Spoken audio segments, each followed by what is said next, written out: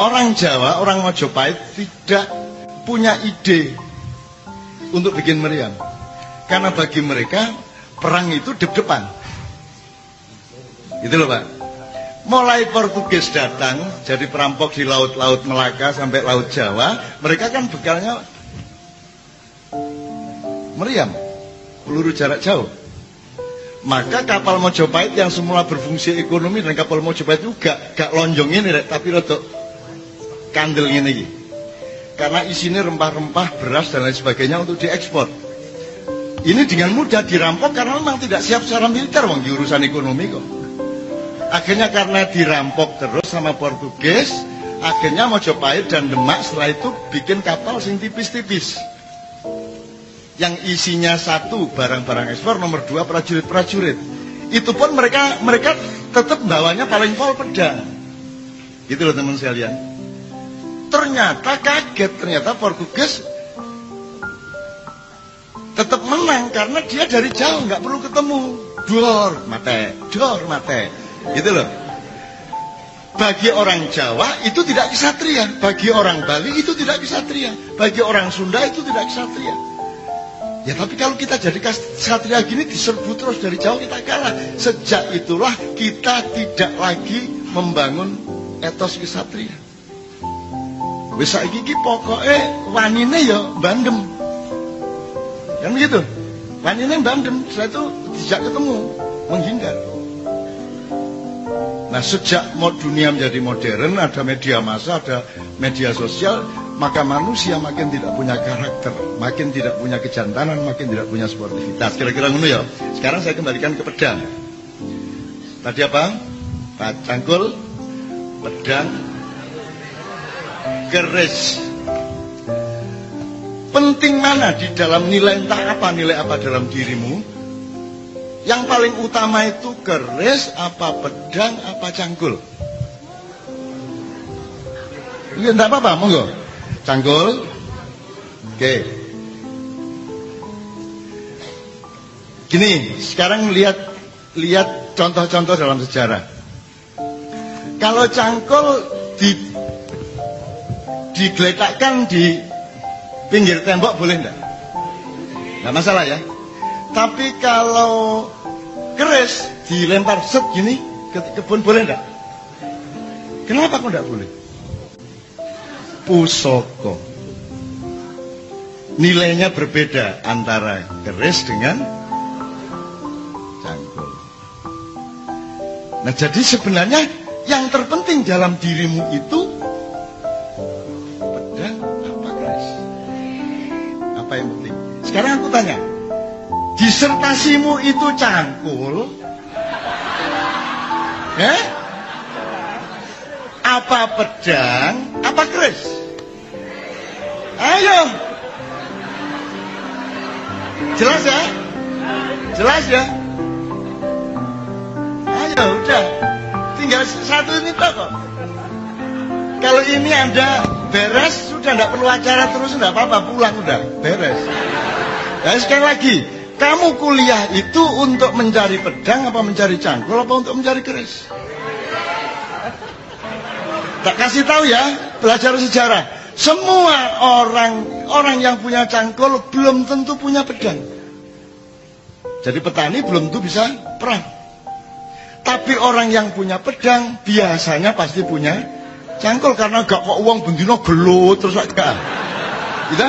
Jadi semua orang yang punya pedang pasti punya cangkul juga, tapi orang yang punya cangkul belum tentu punya pedang, apalagi keris. Nah tapi kalau orang punya keris, itu pasti dia punya, bahkan punya anak buah yang pedangnya banyak, dan punya masyarakat yang cangkulnya banyak. Nah sekarang saya tanya, Anda kuliah S2, S3 ini mau cari cangkul, apa cari pedang, apa cari keris? Kalau Anda cari cangkul, gak boleh pedang. Kau nak sing menang Capres A, kau gak melok mau sing menang UGM. Ya toh? Nanti kalau terus di tengah jalan jatuh, gantian ITB. Kan gitu. Kan presiden tidak harus 5 tahun. Boleh 8 bulan, boleh 13 bulan, boleh 2 tahun. Kan boleh. Terserah-serah saja. Kan gitu. Jadi sekali lagi, kalau Anda menemukan itu dan malam hari ini jelas, malam hari ini jelas ideologi Anda, akidah Anda, kemauan Anda, maka untuk tidak rajin bikin disertasi dan kuliah S2, S3 itu kan sok goblok enggak goblok. Loh yang jelas dapat keras kok keset. Loh kalau Anda cuma mau cari cangkem bikin disertasi niru-niru aja. Bisa untuk ngelamar di perusahaan. Tapi kan nggak punya keris, nggak punya martabat, nggak punya harga diri, nggak bisa bangga, ya toh? Kalau skripsi Anda apa? Disertasi Pak ya? Kalau tesis Anda tidak benar-benar punya Anda, kon melaku kira-kira ya apa? Gini, gak iso kon, isin nang awakmu dhewe lah ngono. Karena Anda tidak punya keris. Keris adalah sesuatu yang lahirnya tidak dari logam, lahirnya dari kesungguhan batin yang membikinnya dan yang memesannya. Gitu loh Dek. Jadi misalnya Kiai Sangklat, ada keris Kiai Sangklat, sorry ya Kanjeng ya. Kiai Kanjeng ya lagi krungu saiki. Kiai Sangklat itu milik Prabu Brawijaya kelima. Prabu Brawijaya kelima yang bikinin keris Kiai Sangklat namanya Empu Supo. Empu Supo yang bikin dengan torikot, moteh, segala macam. Karena spiritual tadi kan Mas. Akhirnya punya Kiai Sangklat itu di Mojopahit. Kemudian ditransfer ke Demak sampai ke Mataram. Dan itu keris bukan kerisnya sakti, nggak ada keris sakti. Yang ada adalah keris itu menandai tingkat perjuangan yang bikin, ngerti nggak? Jadi jangan percaya keris sakti. Tongkat nggak sakti. Yang sakti perintah Allah. Yang sakti adalah bahwa dia dipilih Allah untuk belah segoro gitu loh. Lah gitu. Tapi Nabi Musa kalau mau belah lagi besok sorenya ya tidak terbelah. Ngilik ya kan? Nabi Musa kalau disebut sakti bukan pada dia membelah lautan, tapi bahwa dia dipilih Allah untuk pegang tongkat dan disuruh Tuhan membelah laut. Dan laut itu tidak terbelah juga kalau Allah tidak perintah kepada laut. Wahai laut terbelahlah ketika tongkat Musa menyentuhmu. Dan laut taatnya sama Allah, tidak sama Nabi Musa. Makanya setelah kalau terbelah terus besoknya ngiseng, wah wis suwe gak nyikat segoro rek. Iseng-iseng terus sore-sore karo ngerokok.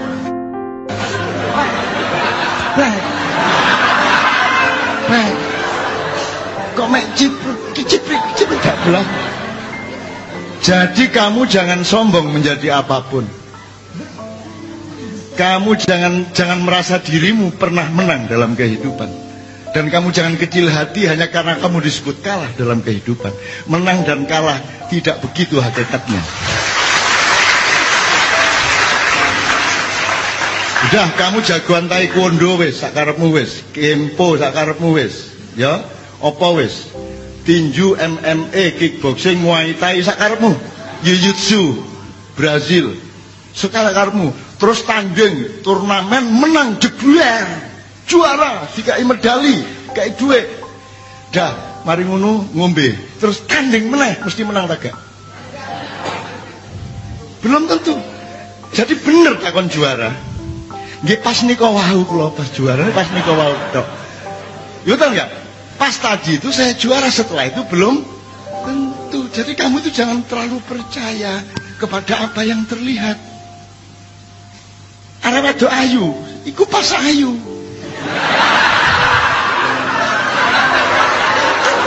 Tak kandani, ya. Begitu dia berlaku tidak senonoh, maka hilang ayunya bagi orang-orang yang mengagumi keayuanmu, betul nggak? Kok saya tak dutengkon itu ya apa karepe iki? Itu ya teman sekalian ya. Jadi kita pokoknya jangan keder lah. Kita itu juga jangan kagum boleh, gumun boleh tapi ojo gumunan. Jelas ya? Kaget boleh tapi ojo kagetan. Bener ya? Gitu ya. Ini kalau saya terusin ini sampai ke Republik Indonesia, tapi saya enggak. Kan di sanalah aku berdiri. Wes aku ngomong UNESA wes. Republik Indonesia Raya. Nah ya, oke. Sebelum diteruskan keris, saya minta satu nomor dulu dari Kiai Kanjeng Oprek. Gundul Pacul ya. Belum ya? Sik nyanyi sik, berarti nek arek S2 gak iso gundul pacul. Tak dongakno gundul rambutmu ngene wis. Teng ya. Gundul pacul.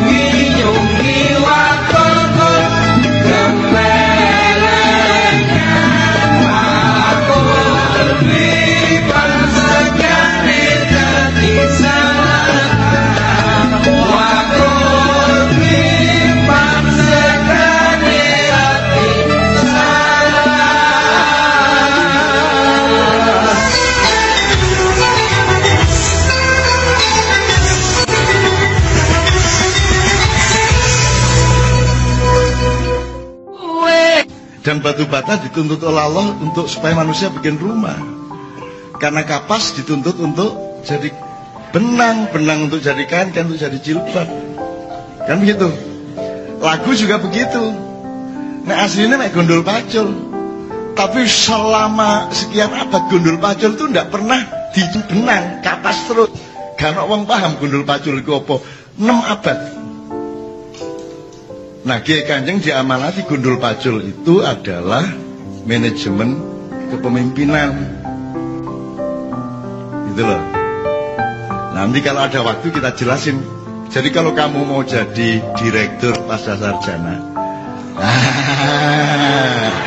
kamu mau jadi gubernur, kamu mau jadi wali kota, mau jadi kepala rumah tangga, pokoknya pimpinan apa saja, filosofinya sederhana, yaitu gundul pacul. Kalau kamu masih gundul pacul itu lambang dari asik bebas, telanjang boleh, ngenang ini, neonok bismillah. Nah itu toh, nah itu Anda kalau masih gundul pacul gembelengan, nggak ada masalah, Anda play around, main-main nggak apa-apa. Tapi kalau sudah nyunggi wakul gembe, kalau masih wakul ngelimpang segane dadi latar.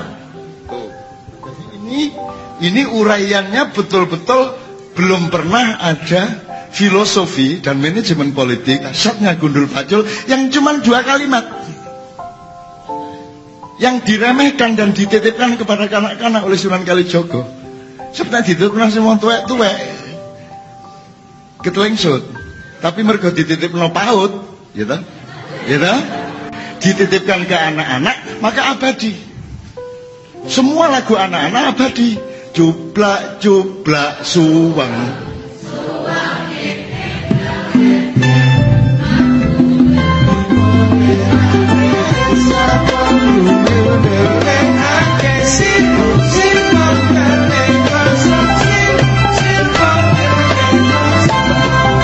Ya sih, apal kabeh lho Pak. Karena itu dititipin ke anak kecil. Jadi ibu-ibu kalau mau abadi punya apa-apa titipin ke anak. Jadikan budaya anak, jadikan tradisi anak. Dia akan hidup kapan saja.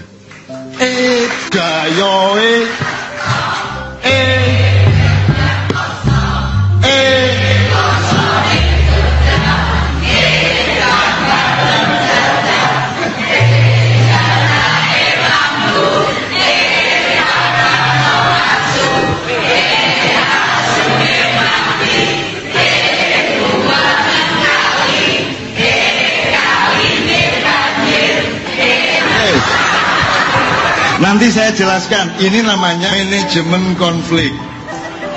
Daya teko. Ya nanti tetap imam ya. Imam. Jadi misalnya Pak, kalau gundul pacul tadi jelas, kalau kamu itu sudah diamanat ke lautan segala itu kan kamu nyunggi wakul, bukan ngempet wangkul, bukan nyangking wakul. Letaknya kesejahteraan rakyat itu di atas kepalanya presiden, menteri, dan para pimpinan-pimpinan. Jadi saya jaga, karena saya tidak akan minggir kalau mereka lewat. Lah apa aku rakyat, aku yang bayar ya, minggir apa?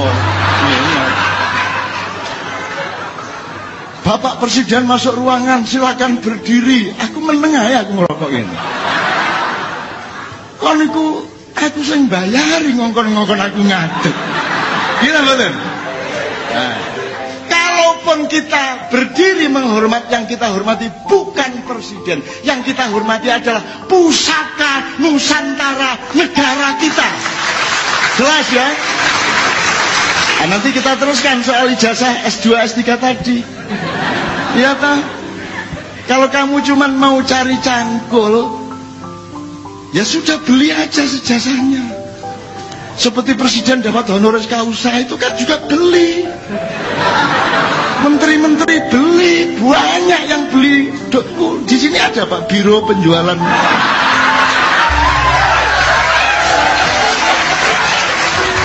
Saya tidak akan dapat gelar itu. Ono ide ngono tak weden-wedeni langsung. Ayo wani-wani ngekeki santet dan ngono. Saya sudah membuang dunia ini dan saya sudah tidak ada urusan itu sama sekali. Karena aku dokter itu tahun 87, aku wis dokter 87. Saya sudah dokter. Itu pun telat, seharusnya 84. Ya, tapi kan untuk apa? Lebih baik tidak sama saya terus, kan menderita dia. Pikiran ini tidak bingung dewe.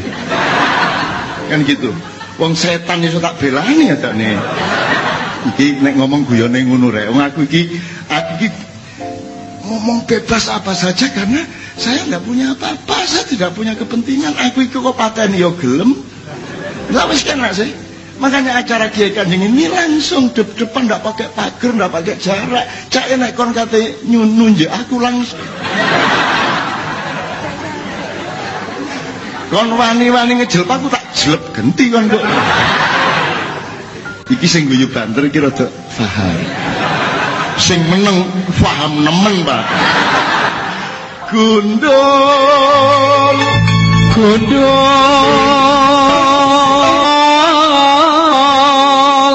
gembelengan,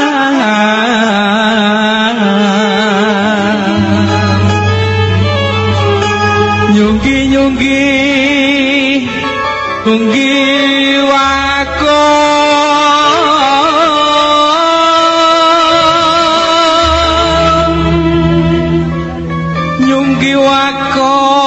gembelengan.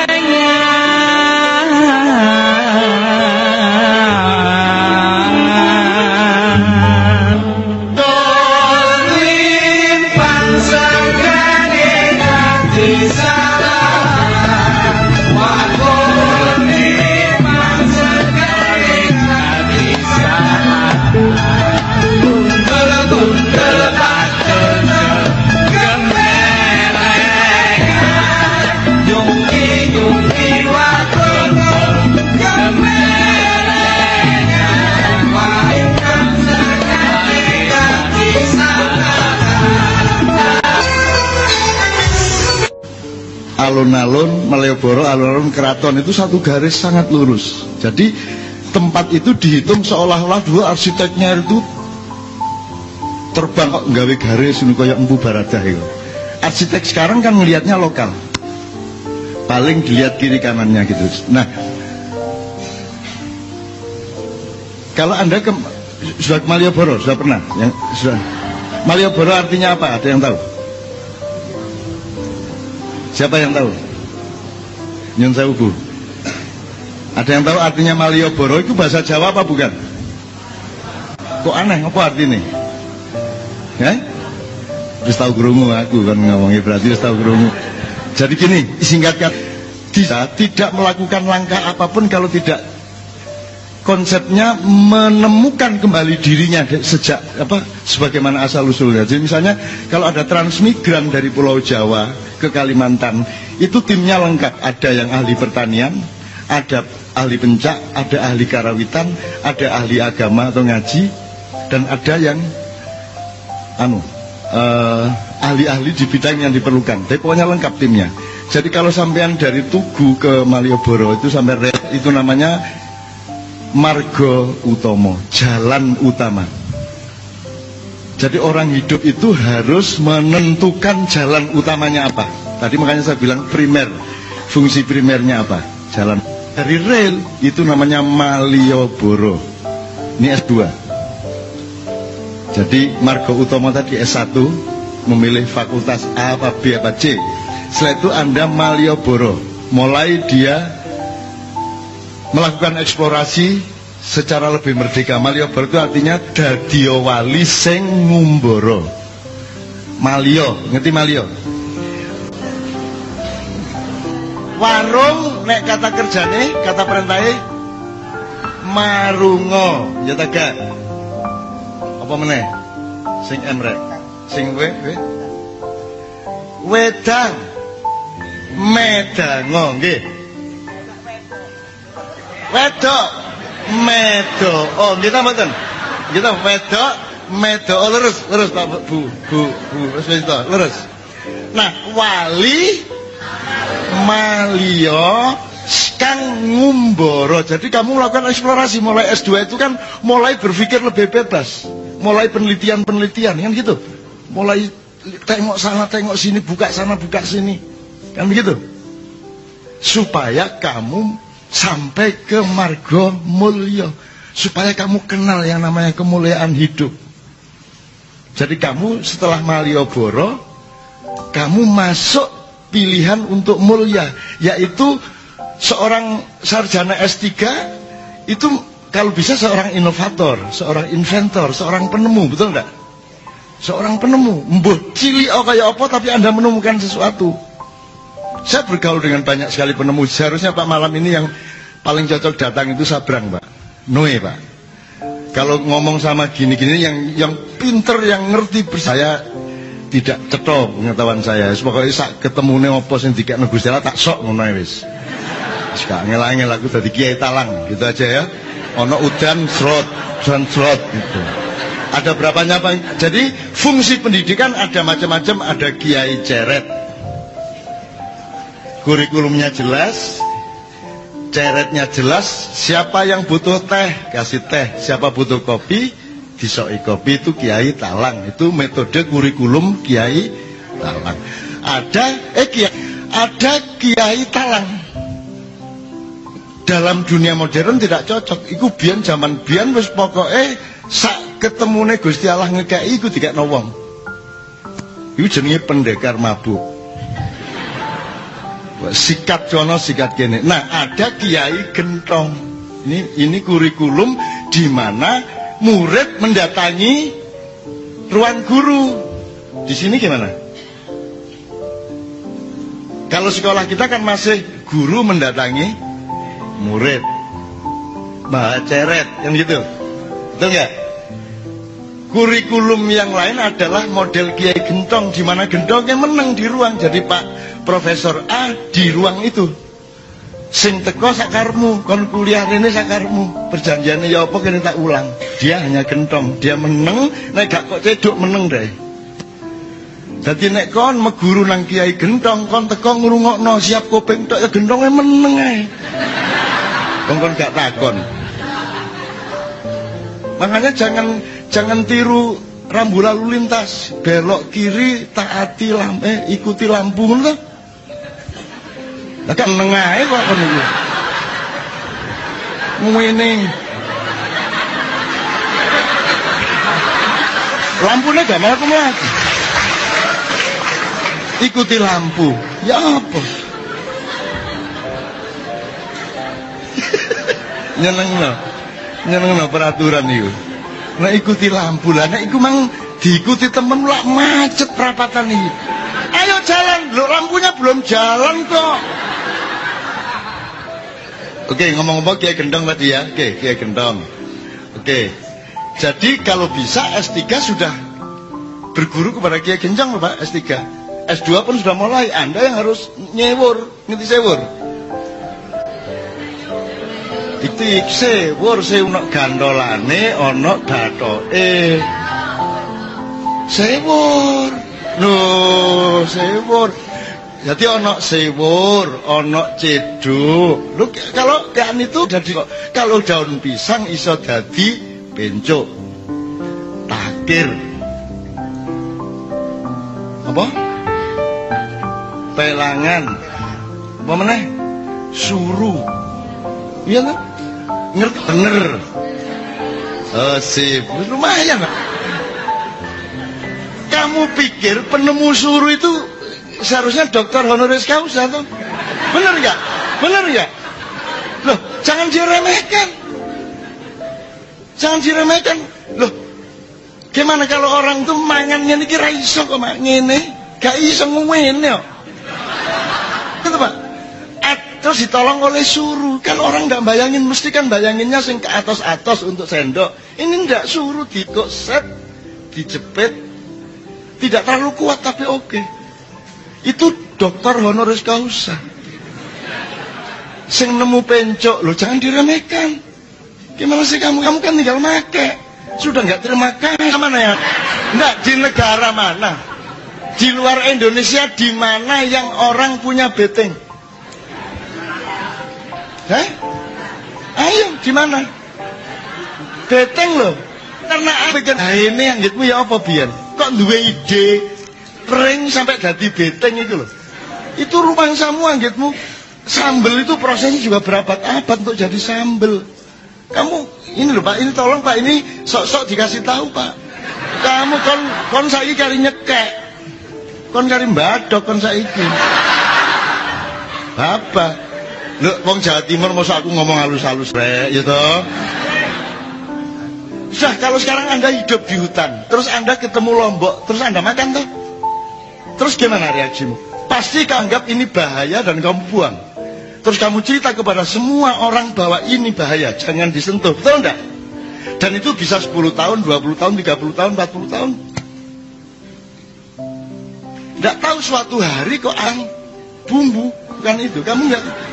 Kon saya cari SMS kon, tapi kamu tidak kagum sama proses penemuan frekuensi SMS.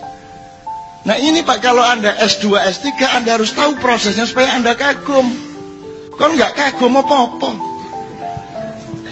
Yang ini saking murah Gusti Allah. Jadi dadi awakmu kok mengagumkan sih. Bapak ibumu ya gak iso gawe. Ya mek dilu enak pun, wes terus dadi. Terus bapak ibu tidak kagum. Emang bisa bapak ibumu bikin kamu? Bisa enggak bapakmu bikin? Enggak bisa kan? Enggak bisa kan? Ya isone wis pokoke lebokno ngono rek. Wis ngono ta? Wis kok aku sing gawe kan gitu kan? Jadilah engkau. Engkau pun begitu lahir tidak diajari ibumu, tidak diajari bapakmu, engkau begitu lahir langsung menangis. Siapa yang mengajarimu menangis? Pencolotan, Stubondo kate lahir gurui. Ternate diwuh ruwono rene ngono ya. Ya staf-stafnya Allah. PR3-nya Allah. Ini untuk menjadi penemu, untuk bikin tesis. Kalau Anda punya kenikmatan itu untuk apa? Terus mari ngono bayimu nyusu. Aku takon. Bisakah seorang ibu ngurui bayinya nyusu? Nah, nyusu adalah